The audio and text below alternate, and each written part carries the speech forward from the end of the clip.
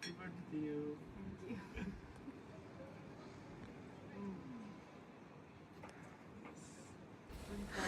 Guys welcome to our vlog सेन्टोरिनीको तेस्रो दिन र आज बेबेको बर्थडे रहेको छ र राति मैले शान्तिमा सरप्राइज पनि दिइसकेको थिएँ उहाँलाई र त्यस्तै गरी हेर्न सक्नुहुन्छ सेन्टोरिनीको भ्यूहरू पर रहेको छ समुद्र र सेन्टोरिनीको तेस्रो दिन चाहिँ 2 दिनसम्म लगातार भोइसअप दिँदा मेरो बुढी थाकिन्। त्यसपछि आज चाहिँ मैले दिइरहेको छु र त्यसपछि हामी घुम्न हिँड्यौँ तेस्रो दिन र तेस्रो दिन हामी कहाँ गएको थियौँ बेबी मैले बिर्सिहालेँ। कुमारी बीच गयौँ। ओके सो फर्स्ट हामी कमारी बीच गयौँ जसको लागि जाँदैछौँ हामी। मेरो बेबी एक्साइटेड छ। म चाहिँ त्यही पुरानो भिडियो बनाउँदै बसिरहेको छु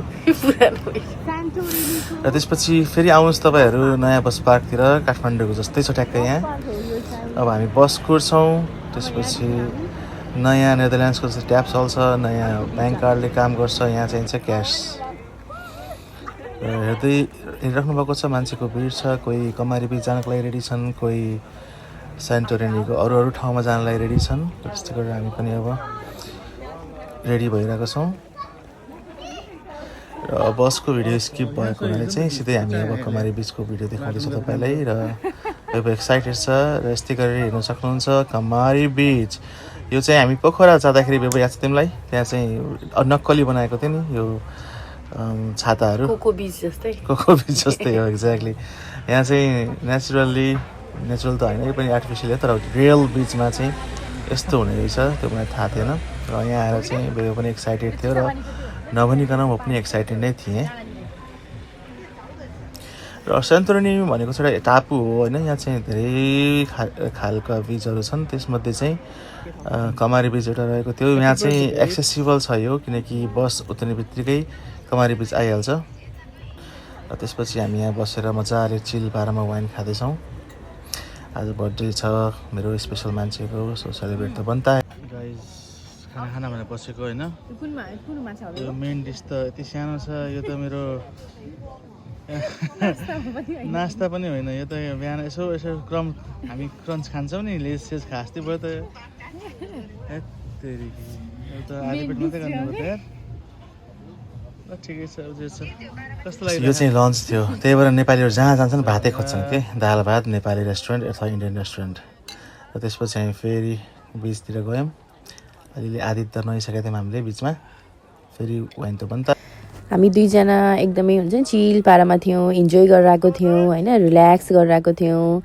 अनि उहाँ फेरि स्विमिङ गर्नमा एकदमै सिपालु हुनुहुन्छ। उहाँलाई स्विमिङ गर्न आउँदैन, तर उहाँ चाहिँ पानीमा डुबिराख्नुहुन्छ, पानी खेलिराख्नुहुन्छ कि उहाँको खै के हो, उहाँलाई एकदमै धेरै मनपर्छ पानी, त्यही भएर। मेरो अनुहार चाहिँ नदेखाउनु जस्तो भएको छ, यस्तो कालो भएको छ, यस्तो कालो भएको छ है, यहाँको घामले डढेर म सक्दिनँ। मैले केही क्रिम पनि लगाएको छैन होइन।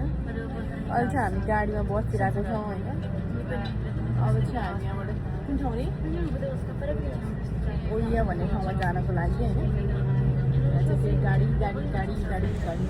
हामी त्यसपछि कमारी बीचबाट हामी अर्को ठाउँ जाँदैछौँ, इया भन्ने ठाउँ हो होइन। त्यो चाहिँ एकदमै फेमस छ, त्यो व्हाइट हाउस र त्यो ब्लू डम्सहरू भयो होइन, त्यो भएको ठाउँमा हो।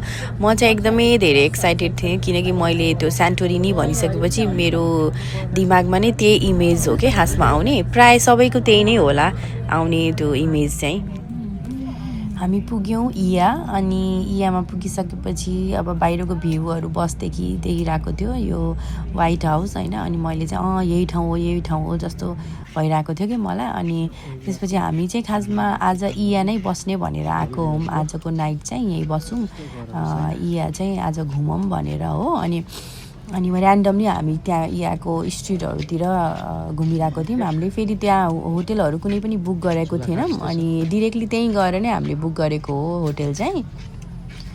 त्यसपछि हामी चाहिँ त्यहाँबाट लगतै होटेलमा गयौँ होइन, जाउँ। अनि त्यसपछि हामी दिनभरि त्यो बिचमा एकदमै थाकेको थियौँ होइन, एकदमै थकाइ लागेको थियो। अनि त्यसपछि यो हो हाम्रो आजको लागि हाम्रो घर। अनि त्यसपछि हामी त्यहाँ मजा यसो रुम हेरिरहेको थियो सबैतिर के छ कस्तो छ भनेर। अनि फेरि हाम्रो सन्तोष ब्रोलाई चाहिँ फेरि स्विमिङै गर्नुपर्छ हो, उहाँलाई त पानी भनेपछि त पानीदेखि निस्किँदै निस्किन्न, अनि यो चाहिँ म पनि हो होइन, म पनि यसो स्विमिङ गरिहालौँ भने। इया भनेपछि चाहिँ सनसेट भ्यू फ्रम इया भनेर फेमस छ एकदमै। अनि सनसेट भ्यू हेर्ने टाइम पनि भइसकेको थियो, अनि हामी चाहिँ आफ्नै होटलदेखि नै यहीँ स्विमिङ पुलमा रमाउँदै हेर्ने भनेर हामी त्यहीँ बसिरहेको थियौँ। त्यसपछि फेरि हामीलाई हाम्रो रुमको अगाडि जकुजी भएर यसको पनि युज गरिहालौँ भनेर दुईजना यसो रमाउँदैछौँ। अनि यो ड्रेस चाहिँ मैले खासमा बर्थडेमा लगाउँछु भनेर ल्याएको थिएँ। अनि अब यो हुन्छ नि व्हाइट हाउसमा ब्लू डम्समा फोटो खिच्ने भनेर, अनि आजको चाहिँ हामी त्यहाँ गएनौँ। त्यही भएर अब के गर्नु भनेर, अनि ल आज एकछिन भए पनि लगाऊँ न त, दुईजना सेलिब्रेट गरौँ भनेर यसो ड्रेस लगाएर अनि हाम्रो यहाँनिर डिनर सनसेट भ्यू हेर्दै डिनर गऱ्यौँ हामीले। एकदमै रमाइलो भएको थियो, यो भ्यू यस्तो रमाइलो थियो।